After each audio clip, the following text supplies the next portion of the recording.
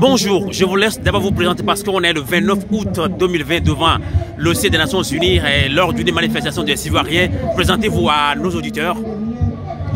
Merci bien, je me présente à vous, je suis M. Taï Thierry Serge, je suis un Ivoirien, je réside en Suisse depuis pas mal d'années.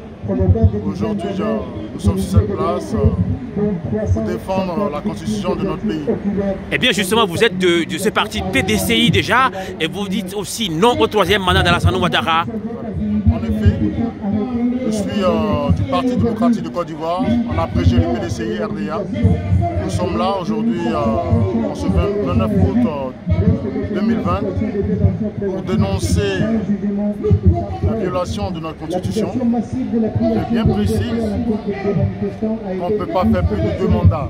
M. Ouattara a fait pratiquement 10 ans aux commandes de la Côte d'Ivoire. L'alternance veut qu'il laisse le pouvoir à quelqu'un d'autre. Là, on voit que Ouattara veut aller loin. Est-ce que les Ivoiriens sont aussi prêts à aller loin comme au Mali?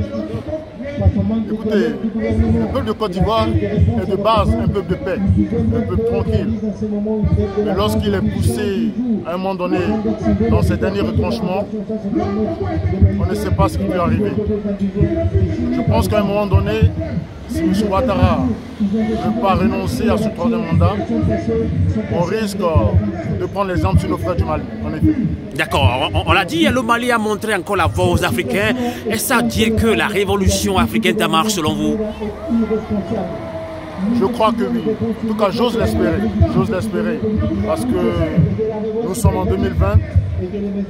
L'Afrique, notamment les pays de l'Afrique de l'Ouest depuis 1960, sont dans une tourmente.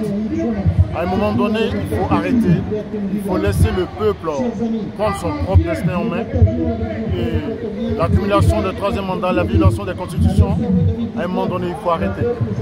Alors, on nous dit qu'il y a un grand danger qui court avec le troisième mandat d'Alassane Ouattara. Est-ce que vous craignez pour ce qui s'est déjà passé en 2010? Voilà, en principe, justement, concernant 2010, la sagesse aurait voulu qu'on s'imprègne de tout ce qui s'est passé en 2010 pour éviter ce qu'on vit aujourd'hui en 2020.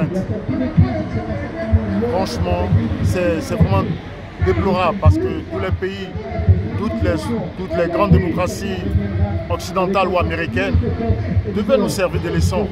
Mais malheureusement, M. Ouattara nous fait courir un grand risque parce que pour moi, selon moi, et c'est mon avis personnel, le fait d'avoir annoncé,